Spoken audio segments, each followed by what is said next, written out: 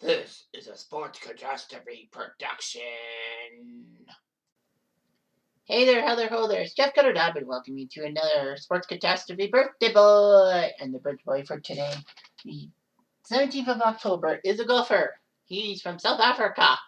South Africa, known for their golfers such as Gary Player, Louis Oosthuizen, and Charles Schwartzel. But anyway, this guy is known as the Big Easy because he's 6'3" and he had a fluid golf swing. He's 53 years old today. He's won 70 career titles on major court in different tours. He's won 4 majors in his career. He has 2 U.S. Opens and 2 British Open championships. Pretty impressive. He won the World Match Play Championship a record 7 times. So that looks pretty good and all that. He was elected to the World Golf Hall of Fame in 2011. He plays on the PGA Tour Champions Tour. That's for people 50 over, and he looks pretty good. He is Ernie Els. Ernie Els grew up in South Africa and married his wife in Cape Town, having 2 children,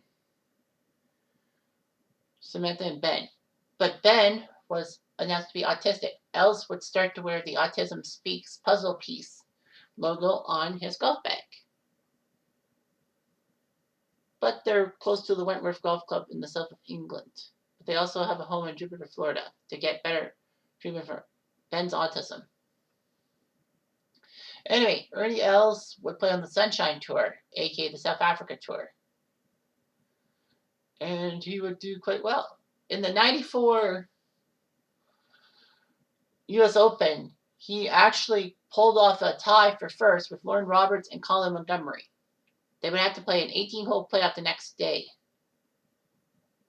Ernie Els shocked a lot of people. He started off with 4 over par on his first 2 holes of the Monday playoff. But somehow he tied Lauren Roberts with a 74, and Ernie Els got sudden death victory on the second round. Now, the problem was that there was a little bit of controversy at that U.S. Open, because what ended up happening was that Ernie Els got a favorable lie when he should not have. Because what happened is a TV crane had obstructed Ernie Els' shot. And because they said, oh, it's unmovable, they decided to give Ernie Els a better lie, the course stewards, even though that the TV crane was moved several times. So anyway, it didn't matter. They could have just moved it.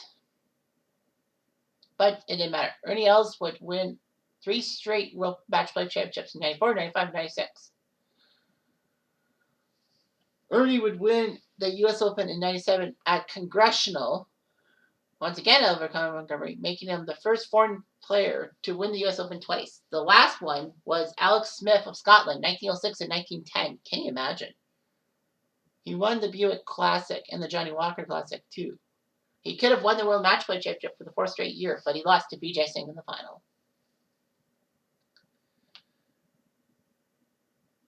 So Ernie Els was actually given a special honor by the European Tour, making him a life member of the European Tour because of his U.S. Opens and World Match Play titles, which meant that he could play in the European Tour and didn't have to qualify for it. Ernie Els would shockingly be runner-up in 3 majors: the Masters, the U.S. Open, and the British Open. Can you imagine being runner-up in the 1 major in 1 year? But he did it 3 times. The lone exception was the PGA Championship, which Tiger Woods had that famous playoff win over Bob May. He would not win an event on the PGA Tour in 2001 for the first time in 7 years. He ended up with 9 runner-up finishes. Anyway, Els figured in 2002 he had a good year. He won at Royal Melbourne, then went to the U.S. and won the Genuity Championship. But he won the British Open at Muirfield, taking care of a 4-man playoff. I wish I could give you that one, but anyway, it didn't matter. He had a mental toughness.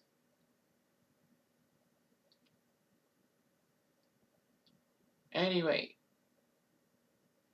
Ernie Els was in the playoff in 2004 at the British Open when he somehow lost to Todd Hamilton. Els would have won the tournament at Royal Troon if he had hit his 14-foot birdie in, but he missed. And Ernie Els faltered at the PGA Championship, which he three-putted, and cost him a place into the playoff. But 2004 was when, for 3 years, there was the Big Five. Basically, the era that saw Tiger, Vijay Singh, Els, Retief Goosen, and Phil Mickelson dominate the game of golf. And those 5 would be in the top 5 from 2004 till 2007. That's amazing. And 9 majors won by them. So, anyway. Ernie Els figured at the start of the 2007 season he would challenge Tiger as #1 and gave himself a 3-year battle plan. Unfortunately, he missed the cut by 2 strokes at the 2007 Masters. But, it wasn't that good. Now, despite Ernie Els and Greg Norton, for that matter, winning multiple majors, it would have been much more because of Norman's collapse at the Masters in '96 and Els collapsing at the PGA Championship in '95. Anyway, Els would finish 6 times runner-up in majors.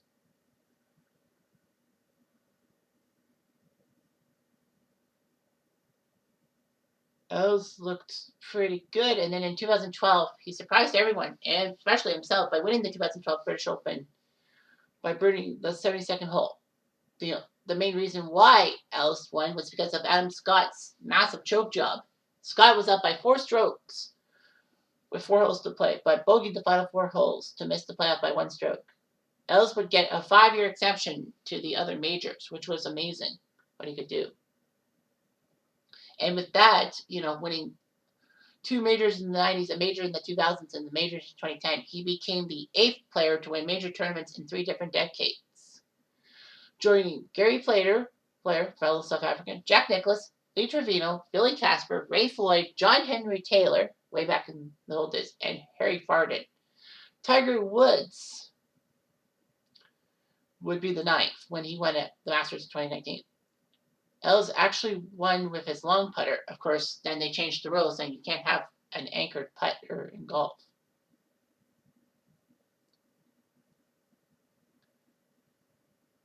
But Ernie Els had the yips, or short putt problems, especially at the 2016 Masters. In round 1, he 6-putted from 3 feet away on his opening hole, so he scored a 9 and missed the cut, obviously.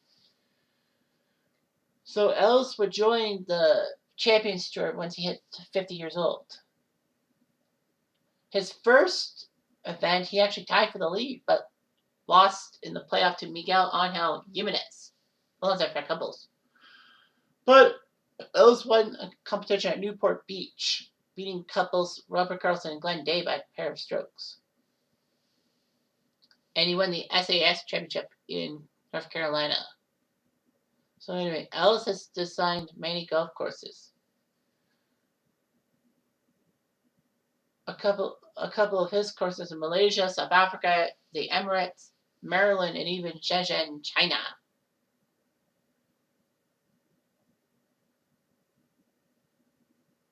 So he's known for his internationalization of golf, his foundation to identify youth from underprivileged backgrounds who show talent and potential in golf, and give educational assistance and financial help. And of course, he's known for his autism activities because after his son's diagnosis, Els and his wife are active in charities devoted to the condition. So Els launched a charity golf event in 2009, the Els for Autism Pro-Am at Palm Beach Gardens. And has raised $725,000 for the Renaissance Learning Center, a non-profit charter school for autistic children. So he's done quite well in all of that. He's won 74 times professionally, 19 times on the PGA Tour. His first PGA Tour win was the US Open in '94. His last was the British Open in 2012.